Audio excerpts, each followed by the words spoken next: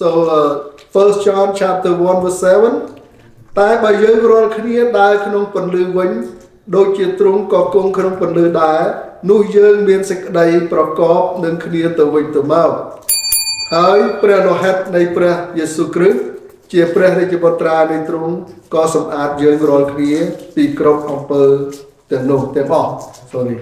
អំពើបាបទាំងអស់អូខេមានន័យយ៉ាងម៉េចគឺនៅពេលដែលយើង repent យើងលន់តួយើងសារភាពអស់ហើយព្រះអង្គនឹងសម្អាតយើងព្រះអង្គទទួលស្គាល់យើងព្រះអង្គឲ្យយើងរស់នៅជាមួយព្រះអង្គបន្តទៅមុខទៀតដើរជាមួយនឹងទ្រង់ទៅមុខទៀត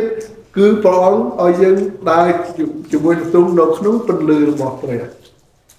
ហើយណាពីព្រោះសំខាន់ណាស់ព្រះរហ័តរបស់ព្រះបងប្អូនយើងកុំឲ្យគិតថាជារឿងដែលធម្មតានៅពេលយើងធ្វើពិធីលៀងព្រះអង្គគឺជាសំខាន់មែនទែនសំខាន់ណាស់អូខេ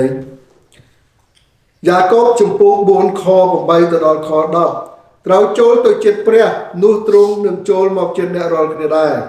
អោពួកមានបាបអើយចូលលាងដៃឲ្យស្អាតចុះអោពួកអ្នកមានចិត្តពីរអើយចូលសម្អាតចិត្តឡើងអូខេត្រង់កន្លែងនេះខ្ញុំផ្អាកទៅនឹងតិចខ្ញុំចង់ជូនចា៎លោកយ៉ាកុបគាត់ចង់មានប្រសាសន៍យ៉ាងម៉េចបញ្ជាក់ពីខ្លឹមសារនៃព្រះបន្ទូលរបស់ព្រះកន្លែងនេះអ្នកមានចិត្តពីរអ្នកបាបអូខេណែអ្នកទាំងអស់គ្នាធ្លាប់ឮខ្ញុំនិយាយដូចចាស់នៅកាលខ្ញុំនៅអូក្លាអូម៉ានោះឥឡូវហ្នឹងអត់ស្អីទេនៅអូក្លាអូម៉ាជំនាន់ហ្នឹងខ្មែរយើងច្រើនដែរហើយកាលទៅប្រជុំមហាសន្និបាតនៅមីសូរីក៏ដូចគ្នាដែរចាស់គាត់ទៅស្រុកខ្មែរត្រឡប់មកវិញគាត់ទិញមាសទិញពេជ្រទិញត្បូងទិញអីហ្នឹងមកដល់អញ្ចឹងគាត់យកមកថ្វាយកុំបងអ្នកជ្រៀងចេះជ្រៀងអ្នកដែលប្លេចមាសហ្នឹងចេះប្លេចមាសនេះខ្ញុំទៅយកមកស្រុកខ្មែរធូរថ្លៃណាហើយនៅខ្លៅមកក៏មានដែរប៉ុន្តែក្រោយមកខ្ញុំប្រាប់ណែចាស់ទុំមួយអមេរិកគាត់ជួយក្រុមនុំខ្មែរយើងឈ្មោះណែ Alice Nicole ប្រពន្ធគាត់ហើយ Friend Nicole នឹងប្តីគាត់គាត់ដើរខាងក្រោយនឹងតើកាលណាខ្ញុំលើកដៃទៅគាត់ទៅដល់ប្រាប់ទាញគាត់ចាញ់ទៅក្រៅទាញចាញ់ទៅក្រៅដូច្នេះមានន័យយ៉ាងម៉េចនោះហើយដែលហៅថាចិត្តពីរអូខេអត់បានសញ្ជឹងចាំពីការដែលព្រះអង្គទ្រង់បង្រៀនទេប៉ុន្តែយើងគិតពីរឿងផ្សេងមួយទៀតដូច្នេះយើងទៅឆើចប៉ុន្តែគំនិតរបស់យើងបែកចេញពីឆើចនោះហើយដែលចិត្តពីរអូខេដល់យើងទទួលចំណិតនំប៉័ងប៉ុន្តែចិត្តរបស់យើងគិតពីរឿងផ្សេងនោះហើយដែលពីរអូខេដូច្នេះនៅពេលដែលយើងលើកធ្វើពិធីលេងព្រះអង្គចាស់ខ្ញុំចង់ឲ្យយើងប្រមូលផ្ដុំចិត្តរបស់យើងទាំងអស់ដាក់នៅកន្លែងនឹងតែមួយដាក់នៅតែកន្លែងនឹងតែមួយទៅតែមក play ទេអ្នកទាំងអស់គ្នាអូខេ just make yourself patiently with God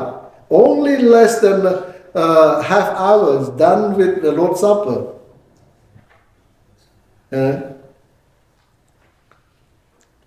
rồi hai nó kho 9ថាម៉េចចូលឲ្យមានសេចក្តីទុកហើយយំសោកទាំងស្រក់ទឹកភ្នែកចុះសូមឲ្យសំណើចរបស់អ្នករាល់គ្នាត្រឡប់ជាទំនោរហើយឲ្យសេចក្តីអំណរទៅជាសេចក្តីព្រួយវិញចូលបន្ទាបខ្លួននៅចំពោះព្រះអង្គម្ចាស់នោះទ្រង់នឹងដំកើងអ្នករាល់គ្នាឡើងអូខេវិសាមានន័យយ៉ាងម៉េចខ9ថាឲ្យយើងឲ្យចូលឲ្យមានសេចក្តីទុកហើយយំសោកទាំងស្រក់ទឹកភ្នែកចុះអូខេមានន័យថាព្រះអង្គអត់ចង់ឲ្យយើងសប្បាយព្រះអង្គចង់ឲ្យយើងទៅទូទុកអញ្ចឹងនៅអញ្ចឹងទេណាព្រះអង្គចង់បង្រៀនយើងឲ្យយើងមើលទៅអ្នកដែលគ្នាខ្វះខាតអ្នកដែលគ្នាត្រូវការអ្នកដែលគ្នាជួយខ្លួនឯងអត់បានអ្នកដែលគ្នាកំពុងតែរងទុក្ខអ្នកដែលគ្នាកំពុងរងចាំយើងដើម្បីទៅជួយទាំងអស់នឹងកុំឲ្យយើងខ្សោយគេកុំឲ្យយើងយំដោយការគេធ្វើទុកទានដល់យើងណាឲ្យយើងមានដំណរការទាំងអស់នោះវិញ ឲ្យយើងមានសេចក្តីសុខសាន្តនៅក្នុងចិត្តរបស់យើងជាមួយនឹងព្រះអង្គវិញ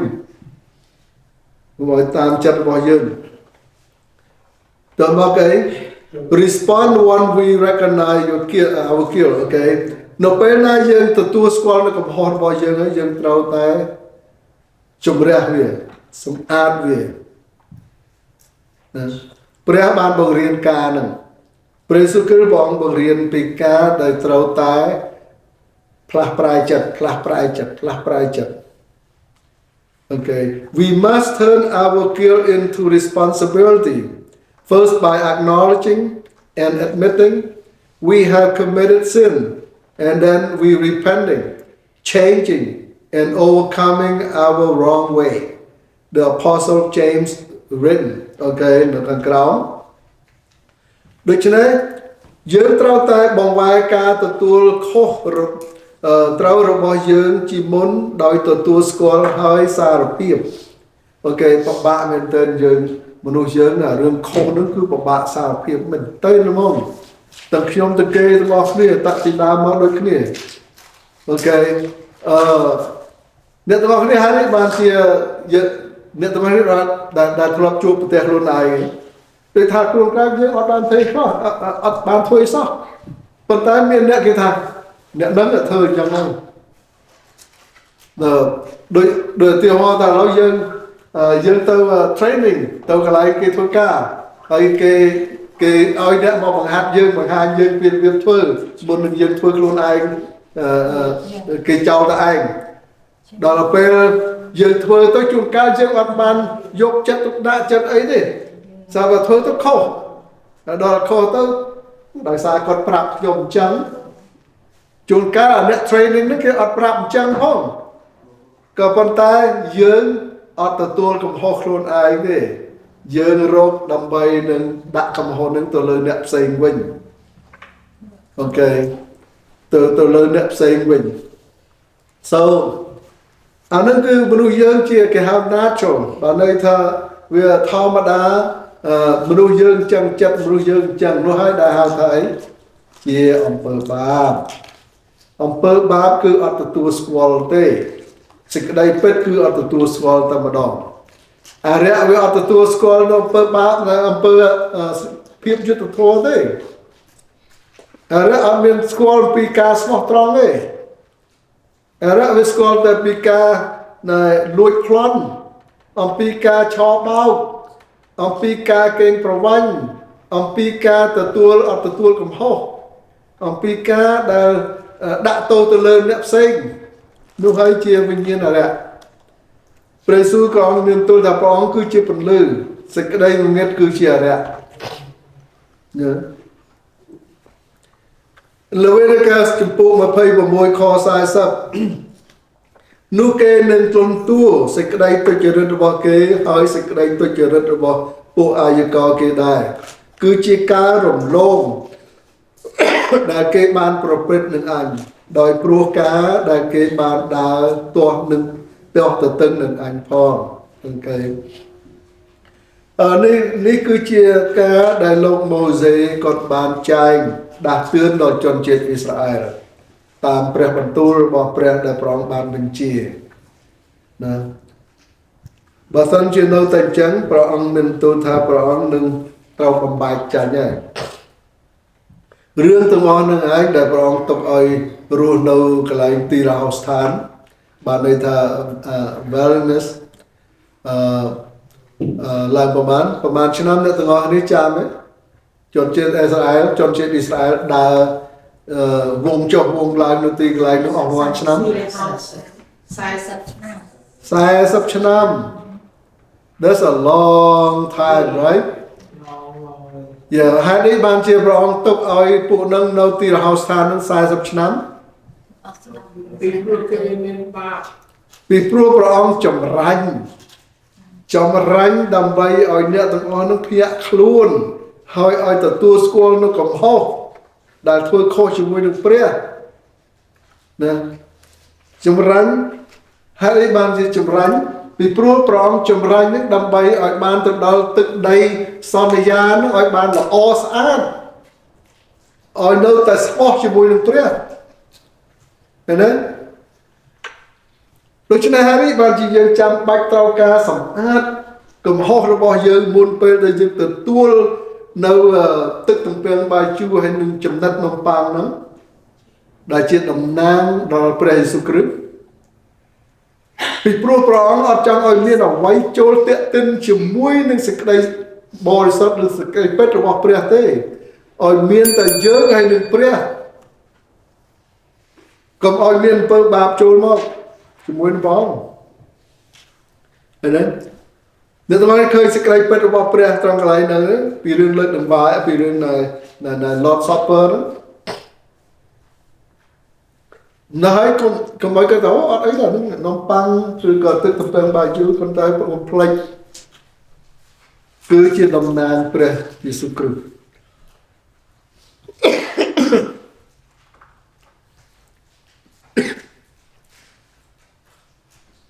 ដូច្នេះយើងត្រូវប្រយ័ត្ន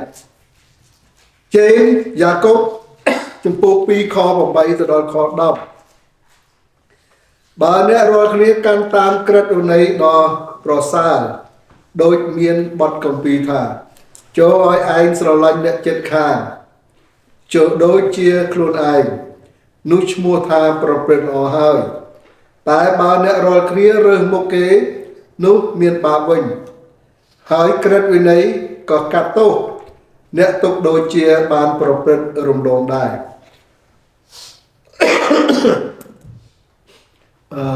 សិលាទឹកខ្ញុំយកមកវិញអត់មានទេវាទុកខ្លួនឯង Thank you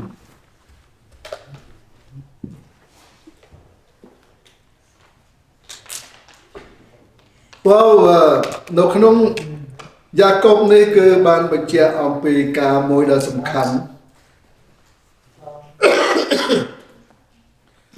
មើលពាក្យកណ្ដាលខ8ថាម៉េចចូលឲ្យឯងស្រឡាញ់អ្នកជិតខាងដូចជាខ្លួនឯងនោះឈ្មោះថាប្រព្រឹត្តល្អហើយខ9តែបើអ្នករាល់គ្នារើសមុខគេនោះមានបាបវិញអូខេការពិតរឿងទូជាមួយពាក្យថារើសមុខហ្នឹងបើអ្នកទាំងអស់គ្នាដែលគិតអញ្ចឹងដែលពីមុនឬក៏ឥឡូវហ្នឹងគេអត់ដឹងទេណាបើខ្ញុំពីដើមមុនពេលដែលខ្ញុំមិនទាន់ជឿព្រះអង្គពេលដែលខ្ញុំបង្រៀនក្មេងៗថ្នាក់ទី6ទី7ទី8នៅ middle school ខ្ញុំឃើញអាកូនសិស្សមកស្លៀកខោអាធ្លាក់សញ្ចេះហ្នឹងចាញ់ខោស្លៀកពាក់កណ្ដាលហ្នឹងខ្ញុំថាចង់តែទៅដល់ផ្ទះក៏ព្រាវាហ្មង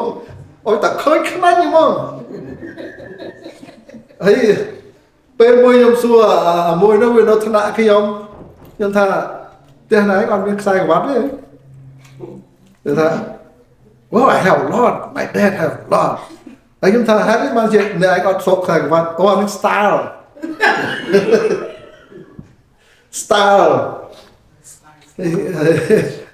ខ្ញុំថា style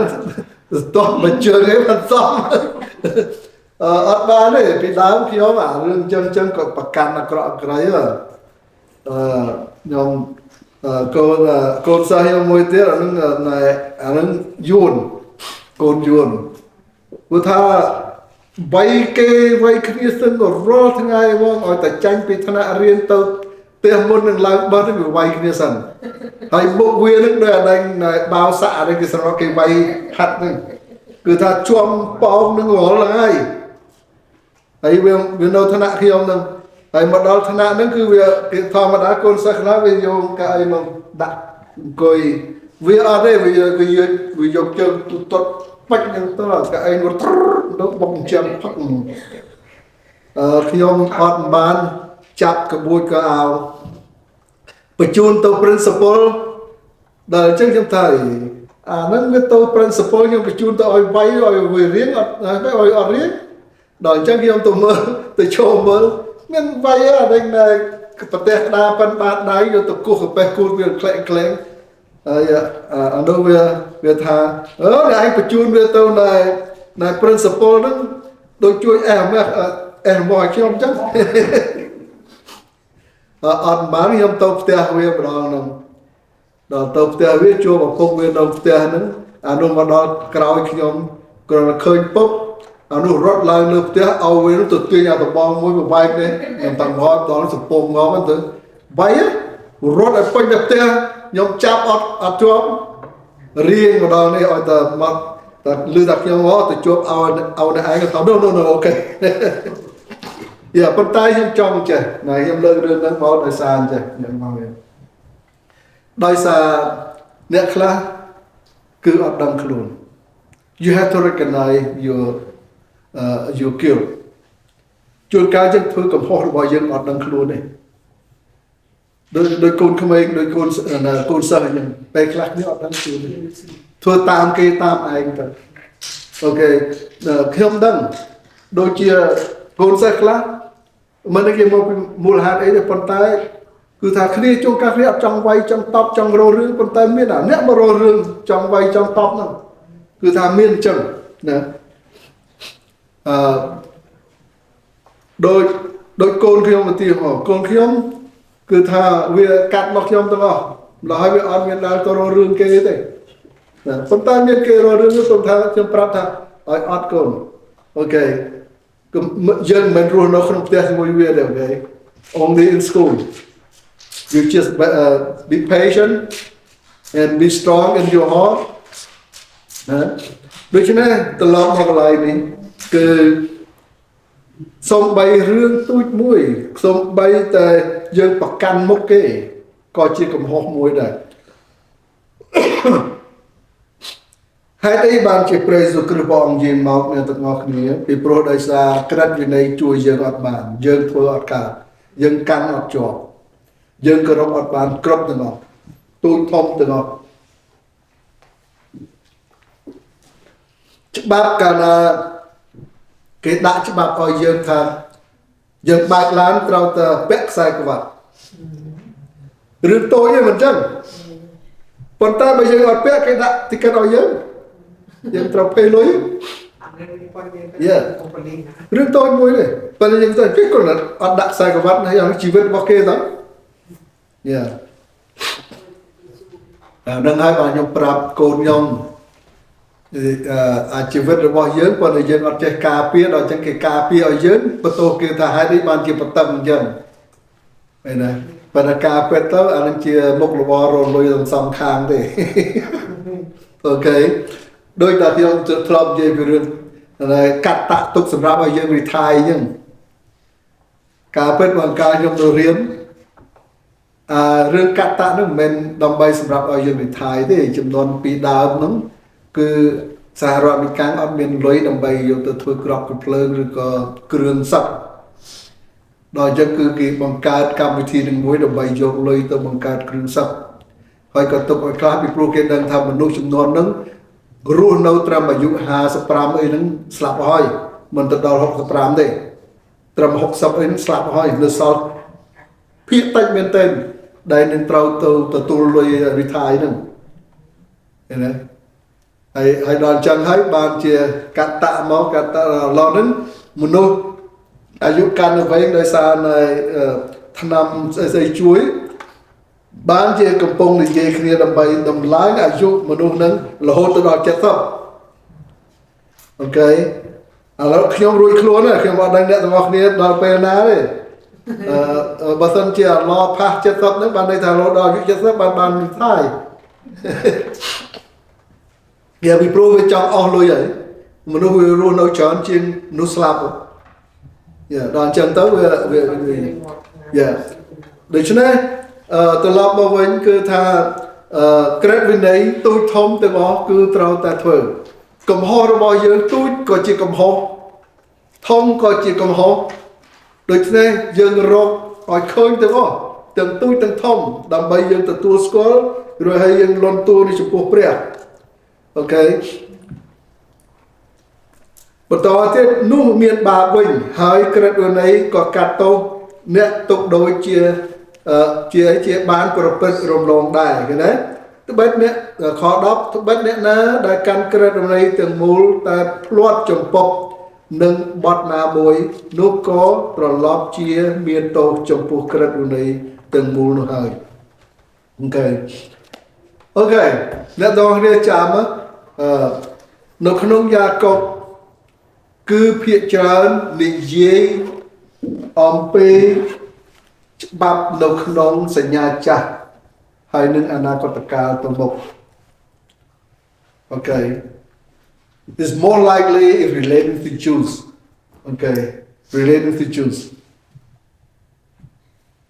relating to Jews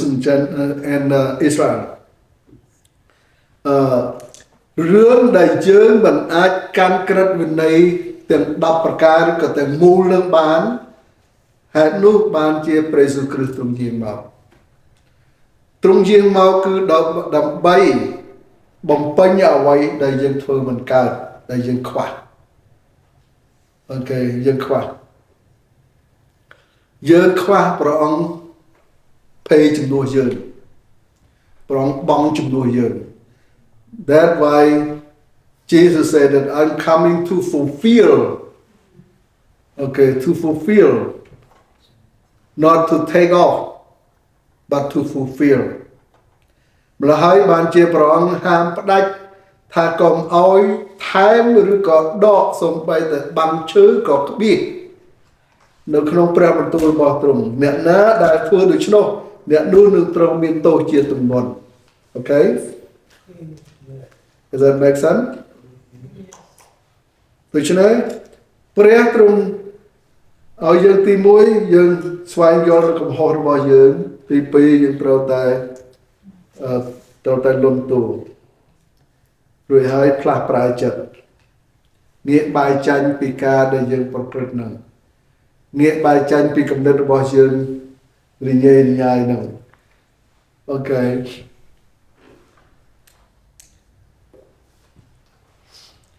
What is the whole law? The whole law encompasses the entire will of God. But đây ta chả báp tiếng on cứ đâm bay bóng bánh crop tiếng cùng đất pranya nên praha tây bỏ prẹ đâm bay ở dân ban có praha tây bỏ prẹ cứ dân trao tệ thưa crop tiếng bắp là prong chai mọc nè bởi dân thôi khó tụi muối nuôi dân được trao miền tổ đôi kia dân mình ai trôi từ cô prẹ bàn đây sắp ngày mình nuôi dân chạy này bơi bạp nâng tam nặng bạp tôi bạp thông bạp của họ kêu ở đấy đây bạp chê kê mấy đây còn ta ngồi lùi kê bạp trong bố prẹ bạp của họ kế có bạp bạp chê kê có bạp đuổi kê có bạp đôi kia thế có on biệt thông ấy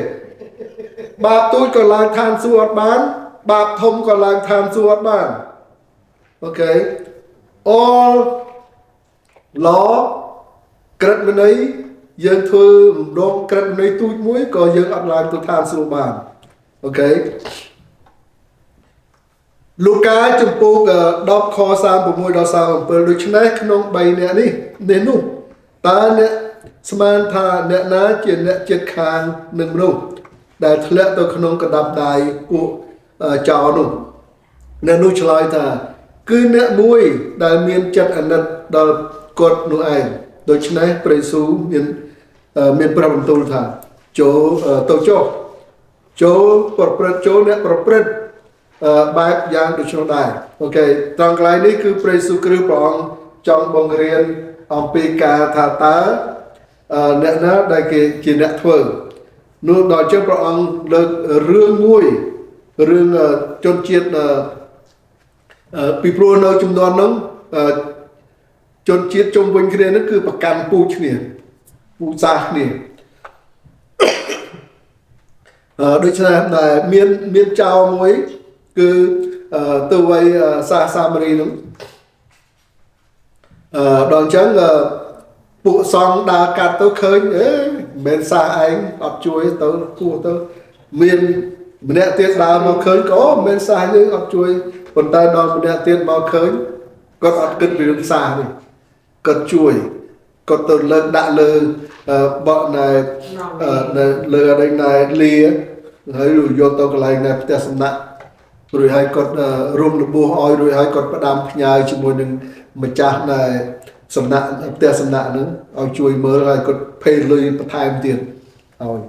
rồi cho nên bây giờ thà ta môi na cái slide ta môi đang thưa đây miền nàyยังmạnh được từng ngọc này miền này thà dương từng ngọc đi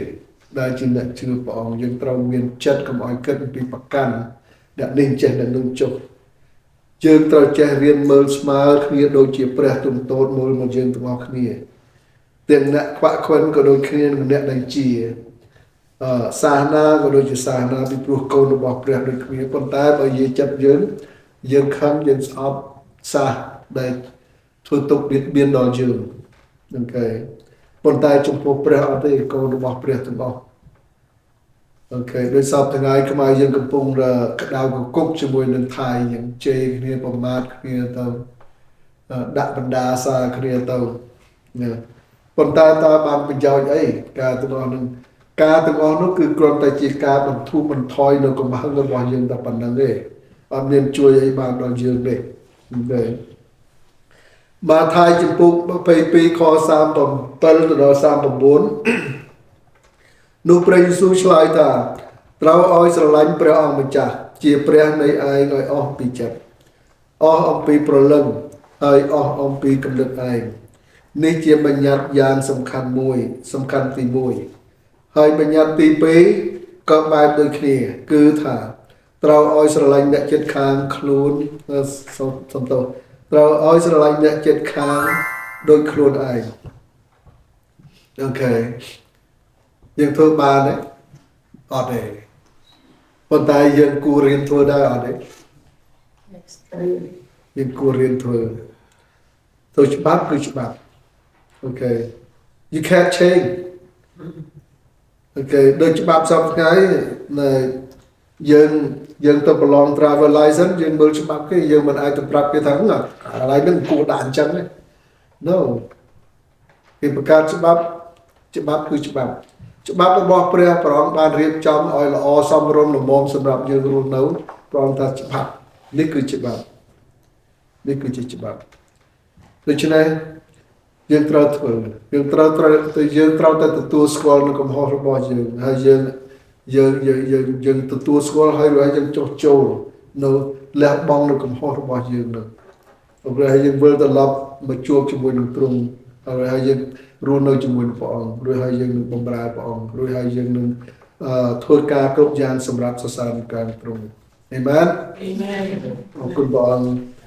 សង្ឃឹមថាមេរៀននេះនឹងជួយដាស់តឿនយើងក្នុងការរស់នៅជាមួយព្រះអង្គនៅពេលដែលយើងធ្វើពិធីលៀងព្រះអង្គម្ចាស់ឬក៏ធ្វើអ្វីផ្សេងទៀតអរគុណព្រះអង្គអូខេសូមព្រះអង្គទានពរទៅ